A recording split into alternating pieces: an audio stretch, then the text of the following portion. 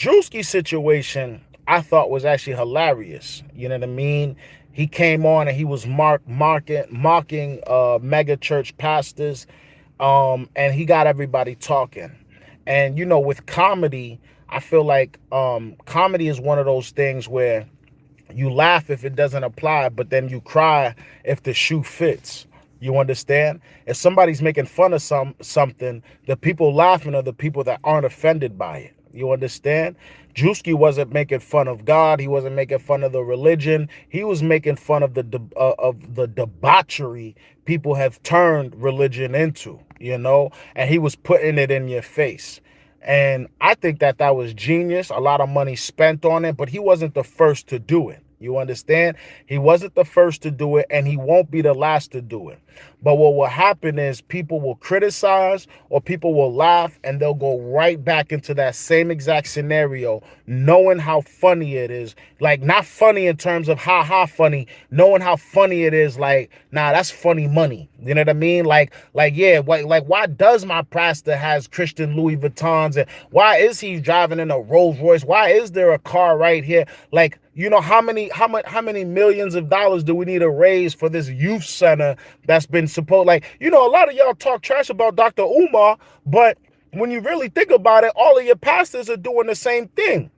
All of your pastors, like, I remember growing up in the church, they was raising money to build a building in the parking lot. Not like a few churches, actually, because I bounced back and forth. And that building's never been done, but they was raising money left and right. You understand? So a lot of y'all, they get upset at Dr. Umar, like, where's the school? Where's the school? Bring that energy to your pastor as well. Where's this? Where's that? Let's not forget about that woman who went viral. And I talked about this as well. She went viral calling up churches and asking them for baby food. She had a crying baby in the background. She called up churches. Hey, listen, can you help? Can you support? Nope, damn near nobody support. She called like 50 people. Like 9 of them said maybe. Like, no. There were some people who did, but it was like 9 out of 50. You understand? So that already exposes a dilemma. That already exposes what's going on. I'm donating this money. Yes, we need the lights on, but most importantly, we need the community on. We need the community to get on board with the good word, or whatever you feel like the people need to hear and see. But when you over here taking the congregation's money for projects that never get completed, it's just, you know, it's a slap in the face. And people don't want the person with the pie on their face. They don't want to be that person with the pie on their face. They don't want to be that person that people are laughing at. But that's exactly what's going on. And I feel as if the church is absolutely losing momentum. And it's just like, because of stuff like this. You know what I mean? Because they see people donating, they see people going to church, and they see that it's a show. You know what I mean? Like it's a show. And actually, more importantly, to be honest with you, it's a hypocritical show. You know what I mean? Like, a lot of people are looking, like, if you're in a leadership position, you need to act right. You can't let them see you sweat. You can't let them see you fail. And if you do, you got to make it right. If you do take a loss, you need to teach your congregation what a lesson looks like. You understand? And if you're not doing that, how can you expect somebody, like, it's not like you're supposed to be, it's almost like the Derek Jackson guy. It's just like when you're like a lifestyle coach, because that's what pastors really are. They're like lifestyle coaches. Like, when you are somebody who has put yourself in a leadership position, all you got is what you present. All you got is what you present. So when you can talk a good game, but when people looking at your lifestyle and they're like, wait a minute, hold on, you done cheated on your wife, but you telling us that the Lord wants us to stay. You over here doing X, Y, and Z, but you over here telling us to do A, B, and C. They lose respect and they walk away, and you can't blame them. I think a lot of pastors, they went from bringing people to the congregation to now keeping people away from the congregation.